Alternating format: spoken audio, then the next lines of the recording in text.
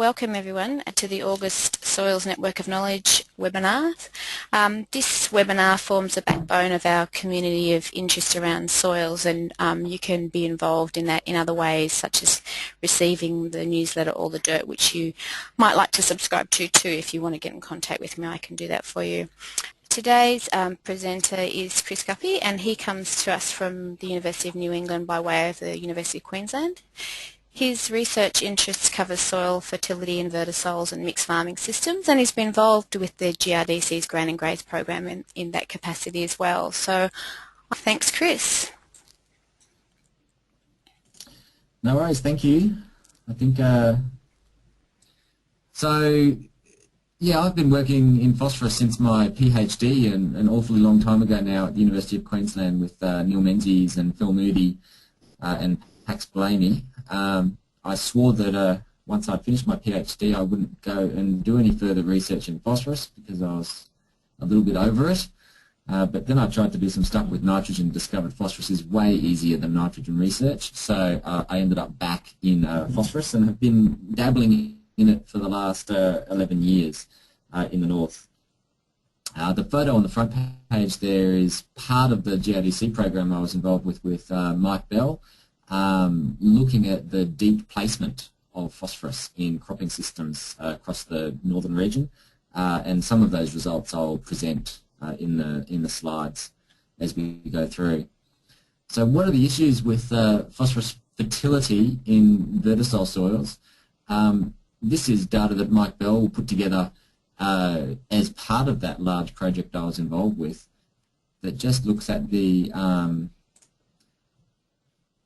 removal of nutrients from vertisols. I can see from some of the presenters there that some of the attendees, Graham would be familiar with this, and some other people there might be familiar with this. But if you look at the phosphorus, the purple bar, you'll see that across most of the vertisol soil areas in the northern region, it's in deficit, except for the Moree Narrabri area.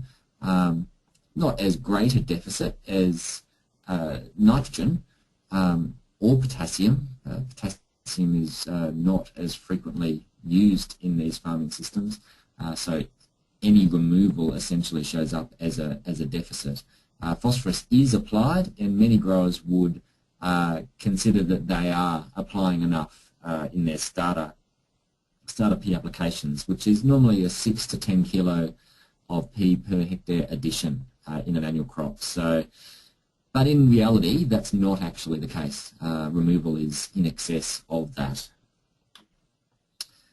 The second issue is that removal of phosphorus from our vertisol soils is actually occurring in depths that are not easy to replace. So this is just data from Colonsay, which is a long-term Incitec funded rotation trial up on the Downs in Queensland, and we went through and had a look at, through phosphorus fractionation techniques, where the phosphorus was being removed over 22 crop cycles. And I've just put the data up for the treatments that had either no P addition or an annual 20 kilo, which is more than replacement addition. And as you can see, that when you actually add more than is required, the fertilised system has a net surplus in the surface samples, which is to be expected. Phosphorus doesn't move in these profiles, and it is actually cycled and dumped on the surface in these profiles through pasture phases and through cereal phases. When we look at the unfertilised system, we have removed that considerably. It's down 140 kilos over the 18 years. And when the original was only 410, that's a significant decrease. But the thing of interest in this set of data is that regardless of how much fertiliser was being applied to the farming system, and there was a very large amount being applied, the removal from the subsoil was pretty much constant. So regardless of surface input, the plants were still removing phosphorus from depth. So those minus 95s, minus 85s sitting at the bottom of the profile here essentially tell us that our farming systems are mining the phosphorus below where we are placing it and they are mining it irrespective of how much we apply. The third issue is removal of phosphorus occurs in forms we don't usually measure. So this is the same set of data, just broken up into the different types of phosphorus that are found in soil. And that's just a chemical extraction method. It doesn't necessarily refer to what the plant sees, but when we look at the depletion areas, the decline relative to the uncropped site at Colonsay, the majority of the phosphorus was being removed from acid extractable pools and residual pools. Now, the acid extractable pools are things like your calcium phosphates, which in vertisols are a considerable percentage of the available phosphorus, or the total phosphorus in those systems. So over time, the plant roots are clearly dissolving these and accessing these and depleting them. The residual pool, we actually don't know that much about. It could be recalcitrant organic phosphorus. It could be really resistant to dissolution in acid inorganic phosphorus. But clearly it's actually available to plants. And the thing that this issue really highlights is that when we do a soil test and we're extracting, say, a Colwell phosphorus, we're not actually measuring the decrease that's occurring in these other fractions. And interestingly, at the Colonsay site, the Colwell P in the unfertilised site was actually 6 milligrams per kilogram, and it was 6 milligrams per kilogram 20 years ago. So essentially what the producer is seeing is very little change in their available P, but what's actually happening is that they are emptying the profile of phosphorus through their farming system.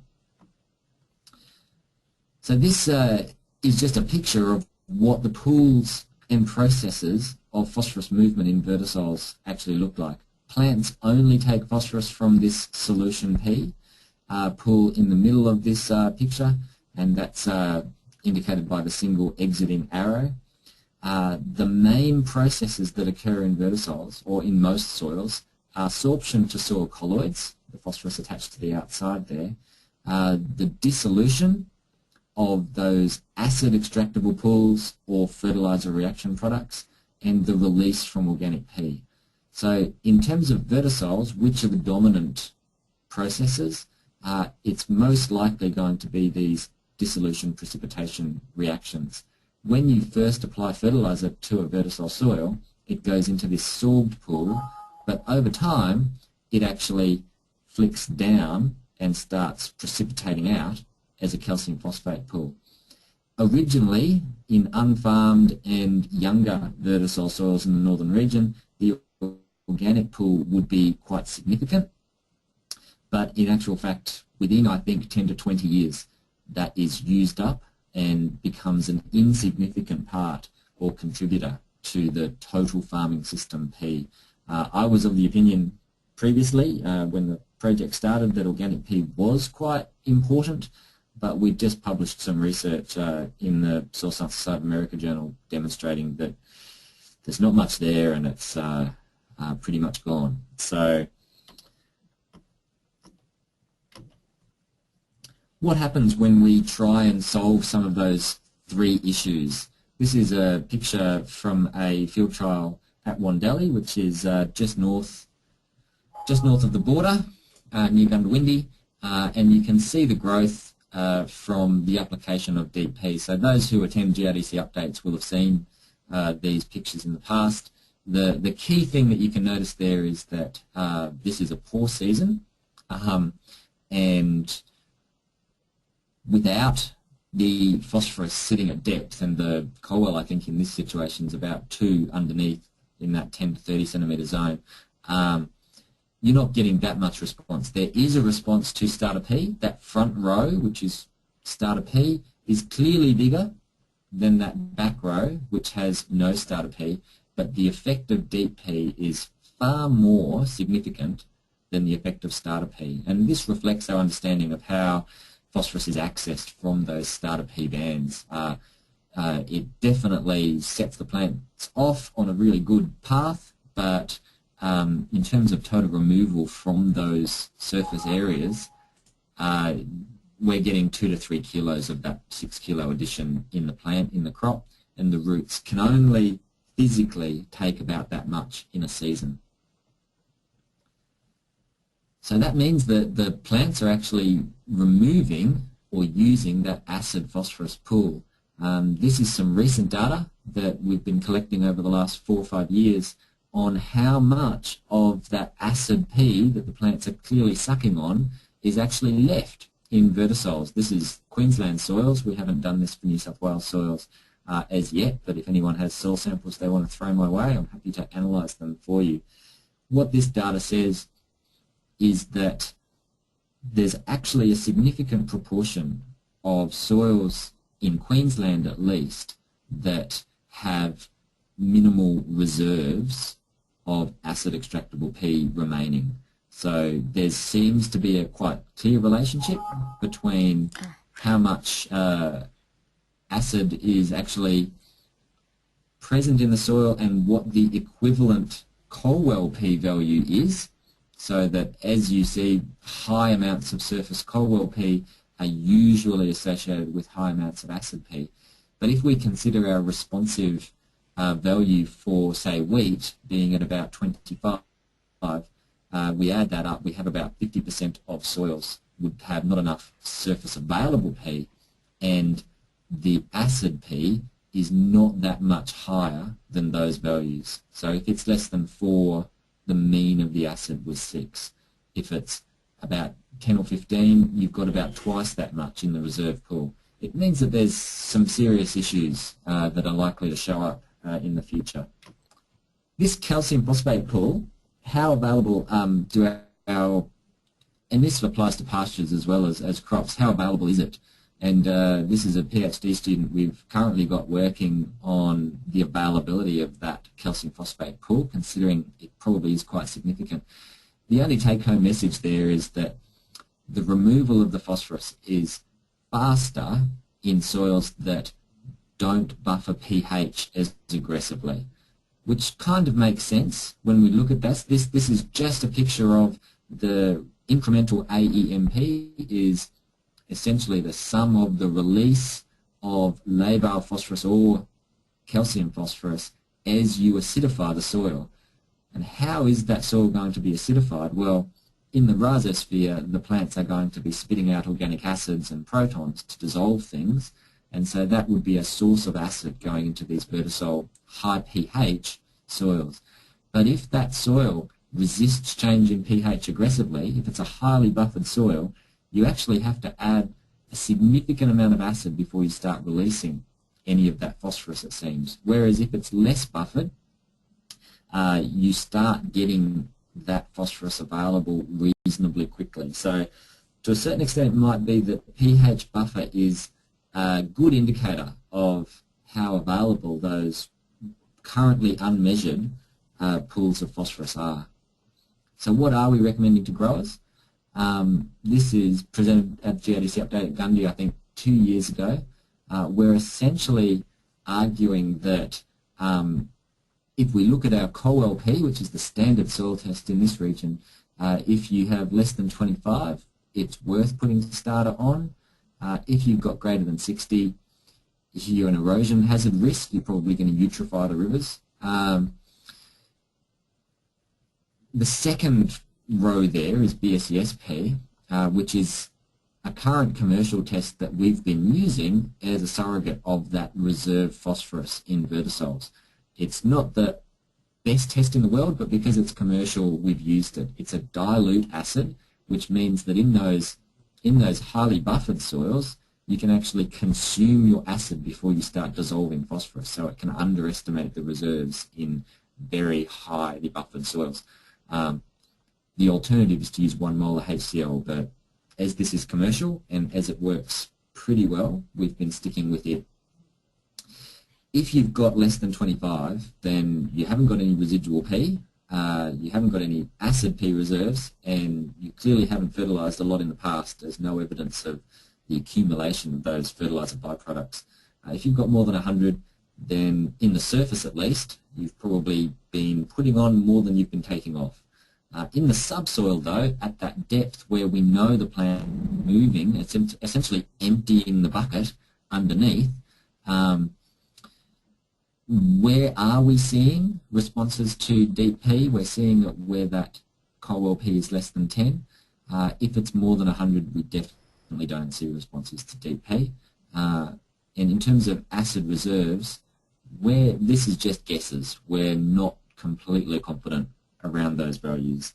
But agronomists have been asking us what to do with these numbers, and a lot of them have been collecting them, and that's the advice that we've got at the moment.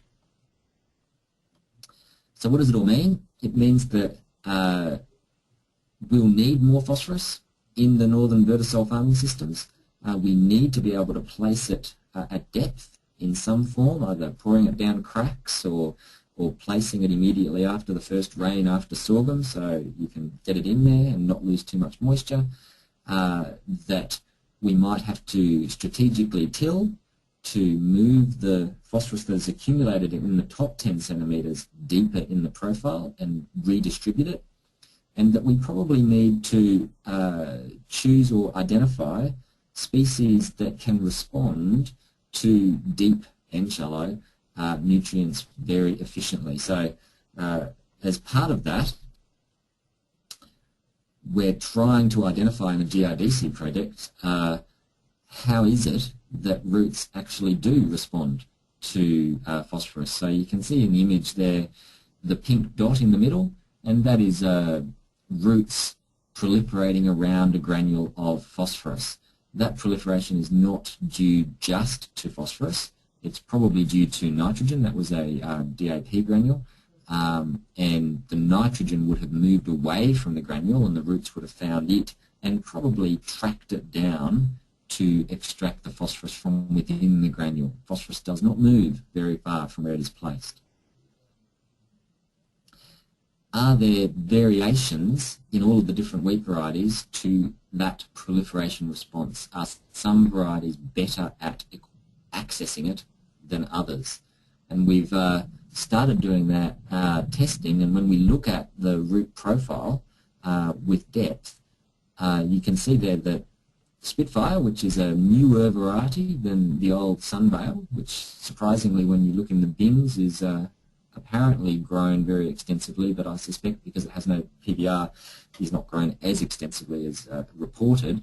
You can see that Spitfire in a uniformly low profile that has no phosphorus added whatsoever grows more roots. That's good.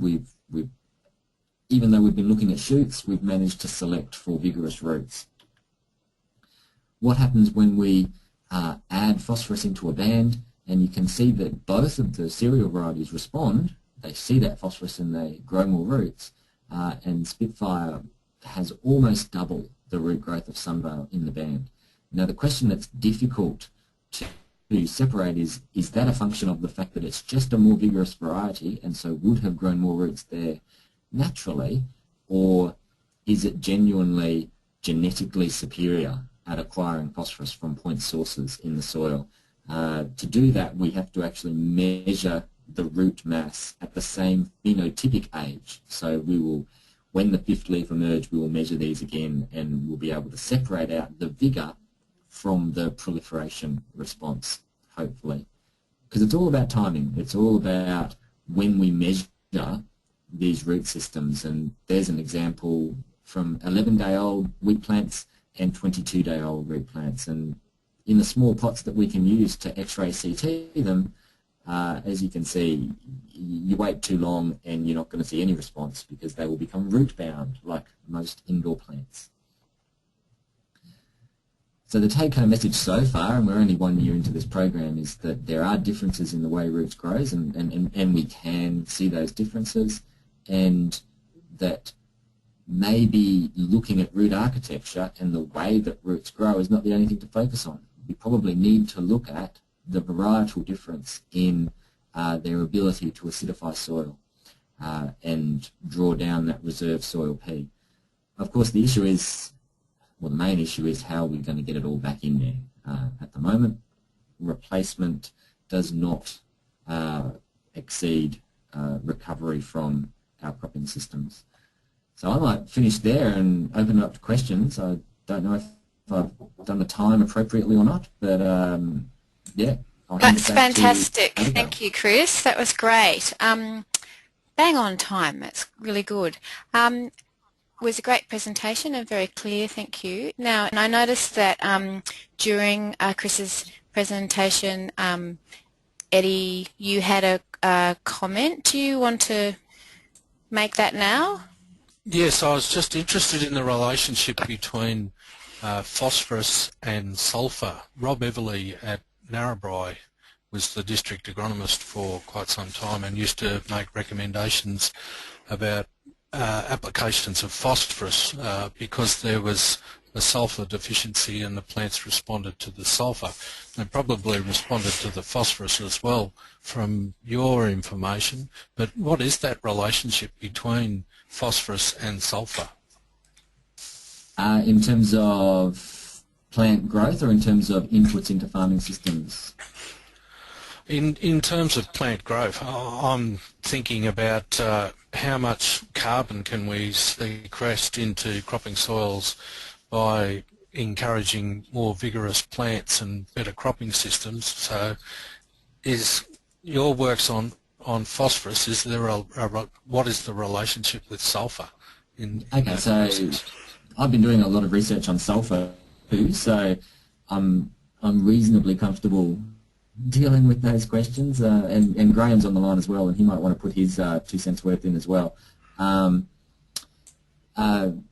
Phosphorus is immobile in the soil, whereas sulphur is more mobile in the soil. So when we place both, say, phosphorus and sulphur on the surface of the soil, the phosphorus isn't going to move, but the sulphur will. So in a flooding situation, which is essentially what these vertisols experience, which is periodic severe inundation, the sulphate will actually move in profile and become deficient in the surface soil ever so briefly until the root system catches up with that sulphur, and then they recover and grow better. And so there was lots of evidence on the downs, particularly after all those floods in 11 and 12, that the cereals were coming up sulphur deficient. But then you wait a few weeks and that was diminishing.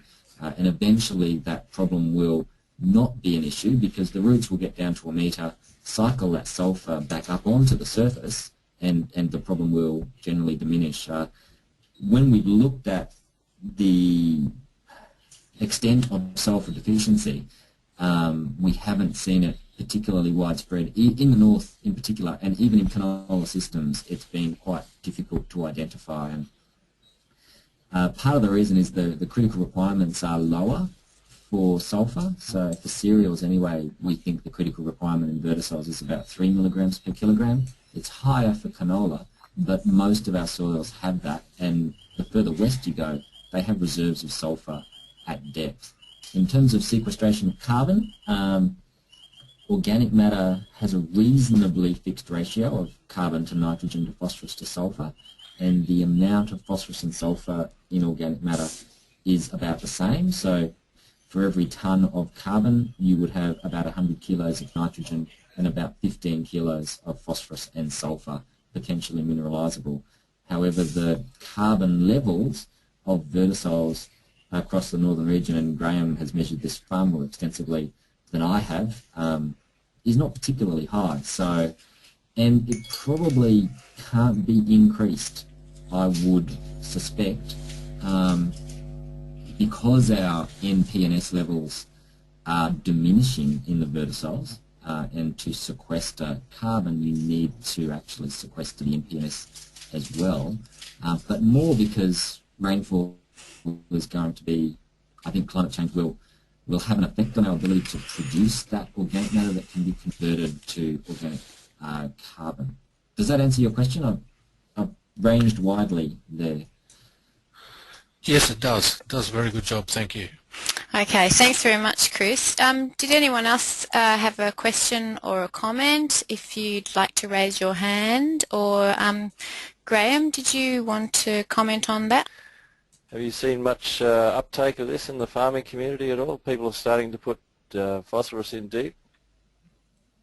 Yes. If we believe Mike, then it's actually quite extensive, and there are many large farmers who have seen those Wandeli photos and have then probably gone in excess of what we would recommend, given the kind of preliminary stage of the research, and so some farmers have bought 240 tonnes of pea and have just done half their property, just dumped a whole heap of pea down at 20 centimetres, and next season they'll do the other half. They were convinced, they put it in. That's a big commitment, and we promised we'll go out and have a look at those farms, make sure that we haven't given them the wrong steer, but we're pretty confident that there is an emerging issue with that removal of phosphorus from depth, and that we will need to put it down there.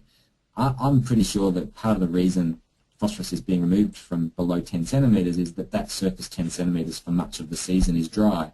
So the roots are active underneath that mulched layer, and so where they're active they're going to be withdrawing, and if we can't get the nutrients down there to replace what they're sucking on, yields will fall and productivity will decline.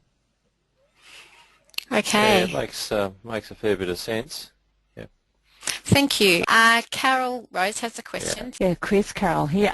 Does this pattern occur in non-vertisol soils in a similar way? It might.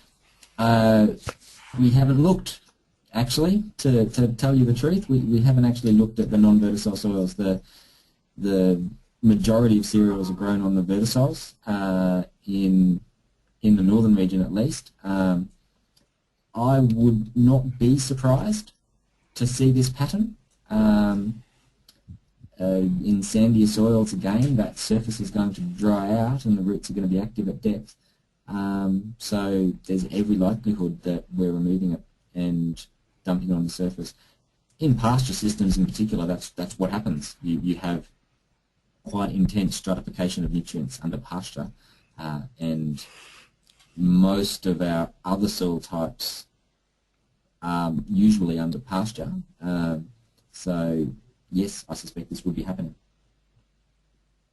And so with Peter Sales' work with the deep placement of organic matter, do you see that as having a P component the responses is getting, or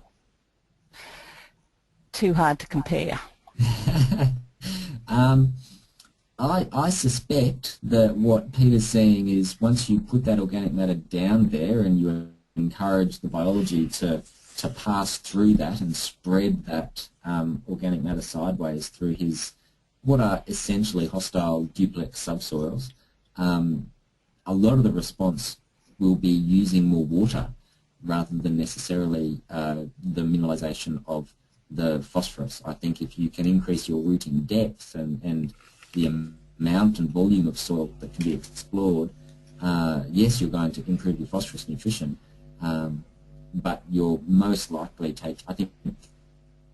I think it's most likely, and I haven't asked or chatted with Peter about that it's probably an improved water use efficiency. Okay, one last one. How are you deep applying it, and what sort of cost is it to get the P down there? I might refer that to Graham, because he's actually heard Mike talk about the economics of deep pea placement 3 times in the last 7 days, so he probably can answer that. But as far as my recollection is, and I haven't seen Mike's talk, is that it is economic at the moment to place it down there. A lot of people are putting it in like the chickpea type systems where they're planting onto moisture at depth, and they're using that to get it down there. You need a heavier tine. It costs more diesel to get it down there. And the most Mike has been able to do in the program, I think, is about 17 or 18 centimetres. Would you like to add anything to that, Graham? Yeah, in Mike's talk last week, he'd done quite a fair bit of looking at the economics of it, and one important difference that he separated out was soils that had a higher plant available water capacity than those with the lower one, and those with the lower plant available water capacity, it was really struggling to be economic with. So soils with like 120 mil water holding capacity compared to something double that, where it was actually quite economic. And he's looking at putting it in either once every 3 or once every 5 years. So they're not recommending that people do it every year, but they put enough in for, if they're doing it every 5 years, they put enough in to cover those 5 years. And they've been looking at residual responses through a lot of their trials, and so far the trials haven't gone past 5 years, so they're not sure how long the residual responses will keep occurring. But yeah, that's their recommendation at the moment. Yeah, and the So it is residual, quite economic. yeah, and the residual, they have seen responses out to 6 years, and because the vertisoils have a low phosphorus buffer index, you're not going to lock it up like you would in a ferrosol, like where Justine is, or Abigail up at Wollongbar. You won't get residual P 6 years out up there on the red soils, but in the black soils that don't react as strongly with the phosphorus, then yes, the residual is quite high. Okay, thank you. We might call that close and thank Chris very much for his presentation. Thanks very much, Chris. We appreciate it. No worries at all.